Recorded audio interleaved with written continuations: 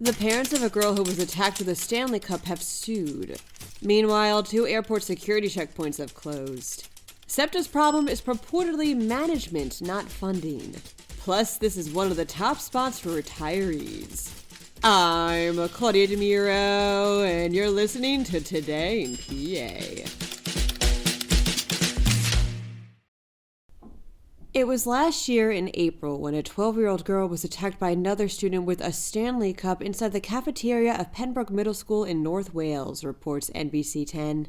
It's been a while, but this podcast actually reported on it when the story first arose. The victim had been walking down the main aisle of the cafeteria when the attacker ran up behind her, hitting her with a cup repeatedly as officers jumped in. The place was put on temporary lockdown, and a later meeting with parents and students revealed that people had brought up concerns about the attacker previously, which is a sentiment brought up in a lawsuit that was filed against North Penn School District just last week by the victim's parents that points to claims of the, quote, assailant's lengthy and documented history of aggression. The lawsuit accuses the school district of failing to put in place safeguards and protections for their daughter and others, stating that other students and parents had also notified the school of the suspect's alleged threats to harm others. The attacker was charged with aggravated assault and other related offenses. Further information regarding this suit remains pending.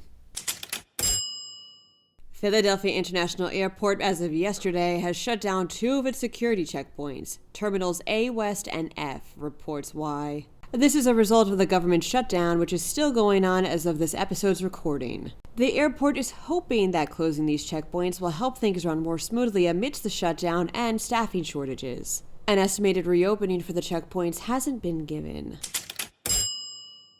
Federal Railroad Administration Administrator David Fink claims that SEPTA's safety issues don't stem from a lack of funding, states Philly Voice, but mismanagement. Specifically, safety issues regarding those Silverliner rail cars, which are still under inspection. Fink's comments were made after federal transportation leaders, including U.S. Transportation Secretary Sean Duffy, met with those from SEPTA this week. A meeting that was reportedly productive. Duffy later said that Governor Josh Shapiro, Philadelphia Mayor Sherrell Parker, and other officials have been responsive with the feds to improve SEPTA's management. Said Duffy, quote, Philadelphia and Pennsylvania have to figure out their funding mechanism, but they also have to deal with management of the system. This is what Philly deserves. I think Philly deserves something better. U.S. News & World Report recently released an annual report on the best places to retire, starts PennLive. And there, in the top 10, in 8th overall, sits Altoona. Altoona gained top marks after researchers graded each of the 859 cities included in the study on things like quality of life, affordability, and retiree taxes. In first was Midland, Michigan. That wraps up today's episode. For even more news, drop by PennLive.com, and please don't forget to rate this podcast and to share it around with your family and friends. Thanks ahead of time, and as always, thanks for listening. I'm Claudia Dimuro, and I'll see you for Friday's episode of Today in PA.